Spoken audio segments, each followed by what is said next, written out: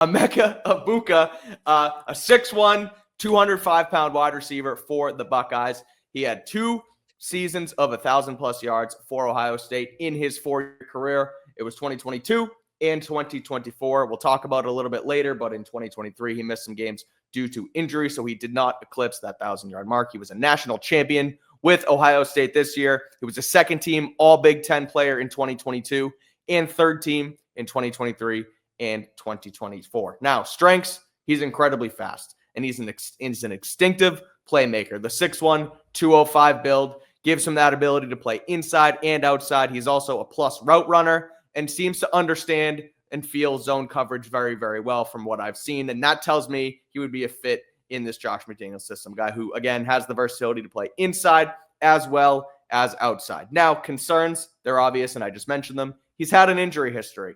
2023, he had tightrope surgery on a busted ankle. He missed 3 games, only ended up with 500 yards and 4 touchdowns that season. But the good news is that it's not necessarily soft tissue. It's more of an ankle sprain. You fix it and you keep going. So, look, this is a guy who has the experience. He's played 3 seasons. He's not terribly young.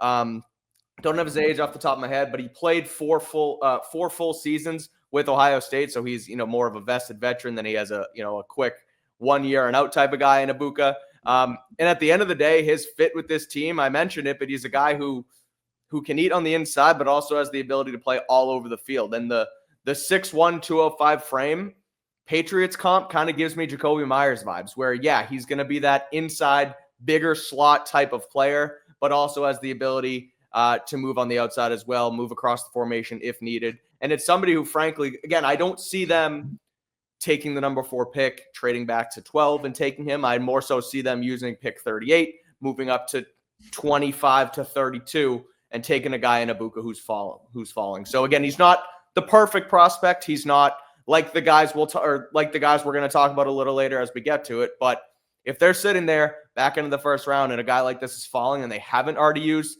that first pick or a ton of free agency capital on a wide receiver, then I'm down for them to take Egbuka in the back end of the first round. I don't not like him. I think Emeka Egbuka is a very good player. My issue is for the Patriots, where I think you need somebody who is a home run threat in some way. Where like a Ted McMillan, where no, he doesn't have great speed, although he is pretty fast, but he is so big that you can literally just throw it up to him downfield and he can get it. Or you have like a Matthew Golden, where he's fast, he's smaller, but he's got the speed to seriously threaten you vertically or run away from a defense, but rip off huge plays with his speed after the catch. With Egbuka, I think he's very smart. He seems like a great teammate. He seems like a kind of guy who would be the leader of a room.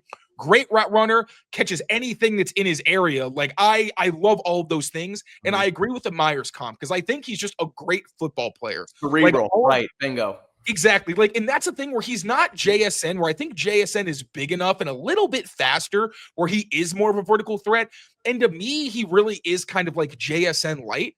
And for the Patriots, if they did trade back into the end of the first round, I want either a home run threat in some way, or I want a lineman.